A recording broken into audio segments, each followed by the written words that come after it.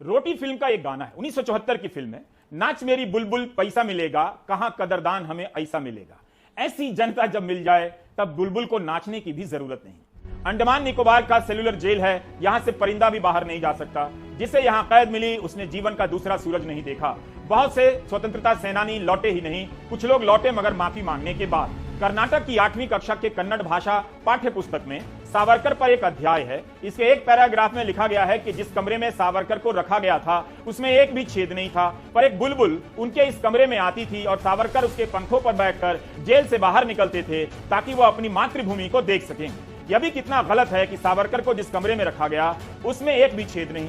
आप इस तस्वीर में देखिए, गृहमंत्री अमित शाह सावरकर को श्रद्धांजलि दे रहे हैं। तस्वीर के ठीक ऊपर खिड़की की जाली है, सलाखें हैं, कई छेद हैं। सेलुलर जेल की यातना का मजाक नहीं उड़ाया जा सकता। वाकई इस जेल में आजादी के नायकों ने यातनाएं सही, मगर अब जब यह पढ़ाया जाएगा कि कमरे में एक भी छेद नहीं था और सावरकर बुलबुल की पंख पर बैठकर भारत घूम आया करते थे, तब यही सब होगा। लगता है लेखक साहब पुष्पक विमान भूल गए। इससे हमें यह भी पता चलता है कि लोग बुलबुल की पंख पर उड़ा करते थे। इस जानकारी से एनआरआई अंकिलों में खुशी की लहर दौड़ पड़ेगी कि भारत तो पहले से ही विश्व गुरु था, लोग पंख से उड़ा करते थे। उनकी खुशी की तुलना आप नोएडा की हाउसिंग सोसाइटी के ताली बजाने वालों से मत कीजिए। वैसे अगर इस टाइप की पढ़ाई हो तो वाकई पढ़ाई आसान हो जाएगी। कोचिंग करने की जरूरत नहीं होगी, जिसे जो मन आएगा बोलेगा, लिखेगा, पढ़ाएगा।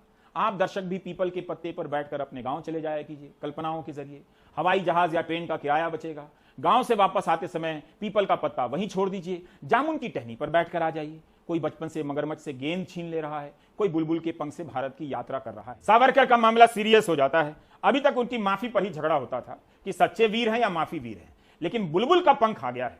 गांधी जी के बारे में कंफर्म है कि वे किसी बुलबुल की पंख पर बैठकर भारत का भ्रमण नहीं कर सके। गांधी फिल्म में भी उन्हें ट्रेन से भारत का भ्रमण करते हुए दिखाया गया है। मैं भी बुलबुल के पंख से आपके घर प्राइम टाइम भेज दिया करूंगा, आप खिड़की पर बैठकर बुलबुल के आने का इंतजार कीजिएगा।